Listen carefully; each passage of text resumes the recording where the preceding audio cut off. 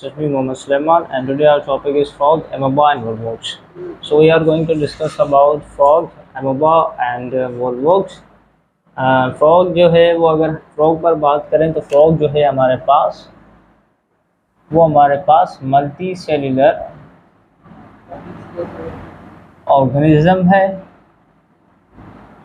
Frog का हमारे पास scientific name होता है Rana टाइगरीना।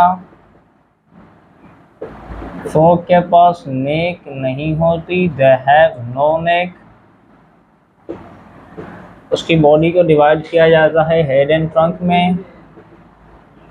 There body is divided into head and trunk.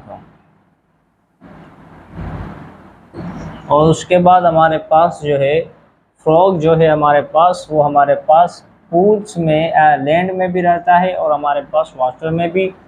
Frog lives on both land and water। Land में भी रहता है और हमारे पास फ्रॉग वाटर में भी रहता है। उसके बाद हमारे पास फ्रॉग जो है वो हाइबरनेशन एनिमल है। हाइबरनेशन एनिमल का मकसद क्या होता है कि वो एनिमल्स या वो ऑर्गेनिजम्स जो कि विंटर में आपको दिखाई ना दें या विंटर में अपनी एनर्जी को लूज़ करें, आप विंटर में उनको कम देखें, तो वो हमारे पास जो होते हैं वो होते हैं हाइबरनेशन। हाइबरनेशन का मकसद होता है विंटर स्लीप।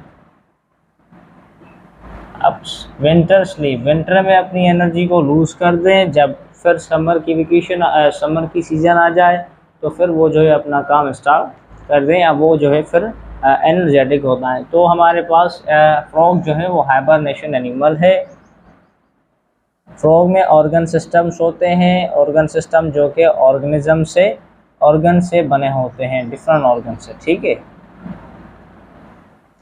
और हमारे पास फ्रॉग की अगर बात करें तो हमारे पास फ्रॉग जो है उसमें एपिथेलियल जो है सेल्स, मसल सेल्स, ये सारे जो है वो हमारे पास पाए जाते हैं, ठीक है।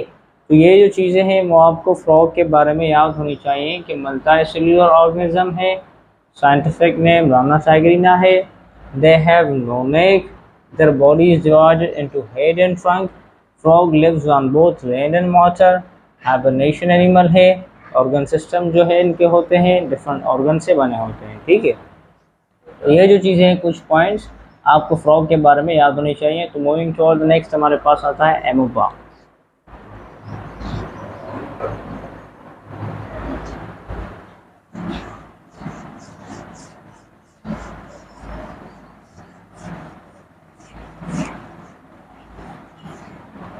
अच्छा, अगर एमोबा की बात करें, एमोबा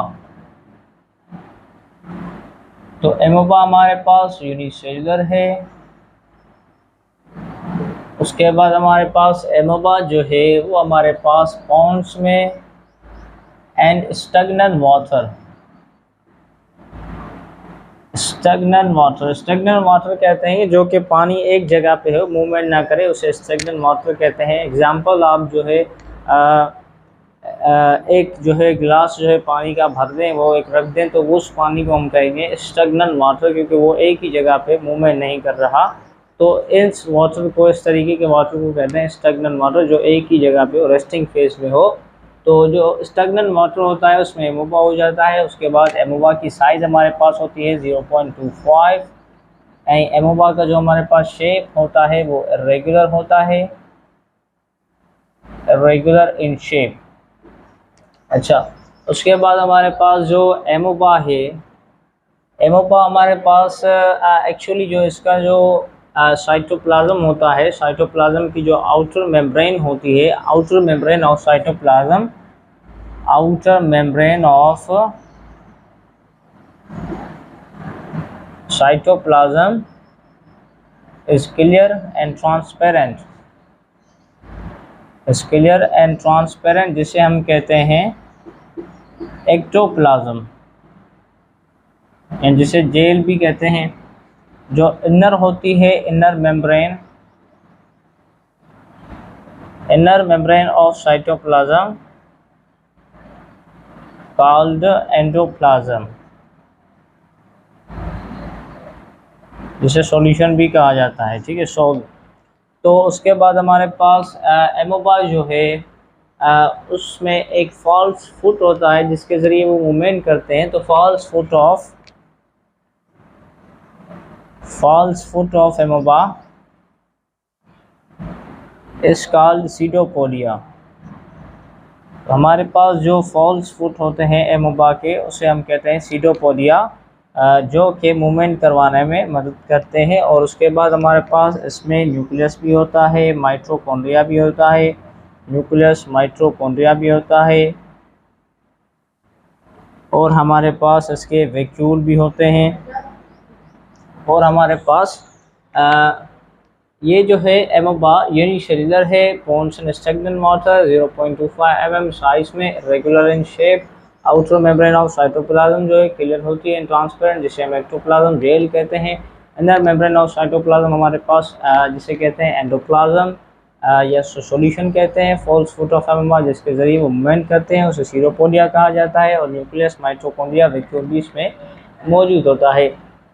अच्छा, सीरोपोडिया का दूसरा अगर आपको काम बताया जाए तो जब एमोबा अपना फूड जो है वो एमोबा क्या करता है, पहले तो अपना फूड को जो है पहले अपने फूड को रिकॉग्नाइज करता है। जब रिकॉग्नाइज करता है तो उस फूड पे अपने एमोबा जो है वो थ्रो कर सीडोपोडिया जो है वो थ्रो कर देता है। अच्छा, उस फूड पे सीडोपोडिया क्यों थ्रो करता है? क्योंकि वो जो फूड है वो एस्केप ना हो जाए, वो कहीं और ना चला जाए। तो उस फूड पे अपने सीडोपोडिया जो है फॉल्स फूड वो थ्रो करके उस फूड को महफूज कर देता है। जब फूड जो है वो महफूज करता है तो वो आहिस्ता आहिस्ता फूड जो है वो इसकी मेम्ब्रेन में जो है दाखिल होना शुरू हो जाता है। मैंने आपसे पहले भी कहा था कि यूनिसेलुलर जो है डाइजेस्ट करते हैं, रेस्पायर करते हैं बाय सिंपल मेथड्स। उसका ये मकसद होता है कि वो मेम्ब्रेन के ज़रिए अपनी जो है वो चीज़ें एब्जॉर्ब करते हैं, फिर इनटेक करते हैं। तो दीज आर इंजेस्टिव हेटेरोट्रॉफ। अच्छा, आई होप कि एमोबा भी आपको समझ में आ गया होगा। ये जो कुछ पॉइंट्स हैं या कुछ इनके जो करेक्टरिस्टिक्स हैं वो आपको याद होने चाहिए, ठीक है। ये इम्पोर्टेंट जो है आपके पास है। अगर वॉल्वॉक्स की हम बात करें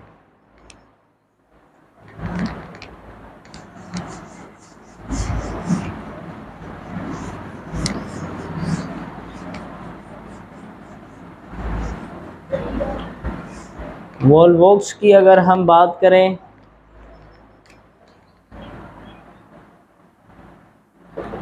तो वॉल्वॉक्स भी हमारे पास यूनिसेलुलर है। वॉल्वॉक्स को हमारे पास किसने जो है रिप्रेजेंट किया था? फर्स्ट जो जिसने देखा था एंटोनियो वैन लियोन हुक इन 1700, इन्होंने वॉल्वॉक्स को जो है वो ऑब्जर्व किया था। अच्छा, उसके बाद वॉल्वॉक्स जो है पॉलीफ्लेटिक जीनस, इसका मकसद है मैनी एंसेस्टर्स।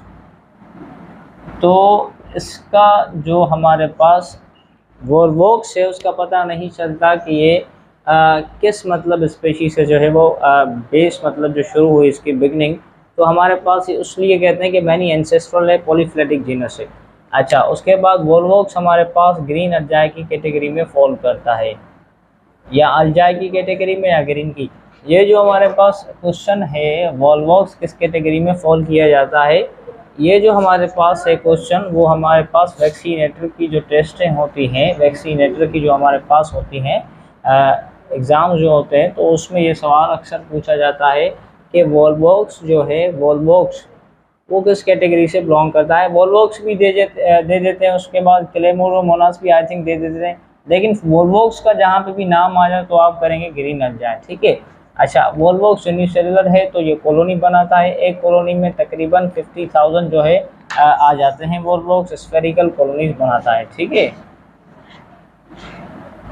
और उसके बाद इसके जो क्या होते हैं, दो जो है इसके जिसके मदद से ये जो है रोल करता है अपनी बॉडी को या मूव करता है, मूवमेंट। तो ये इसके पास दो फ्लैजिला होती हैं, antenna like structure, two flagella होती हैं जिसके ज़रिए ये मूव वगैरह करता है या अपनी बॉडी को रोल करता है, ठीक है। अच्छा, उसके बाद अगर कहें कि ये फोटोसिंथेटिक है, अच्छा उसके बाद अगर कहें हम तो वॉल्वॉक्स जो है हमारे पास वो टॉक्सिक सब्सटेंस नहीं है, this is there is no any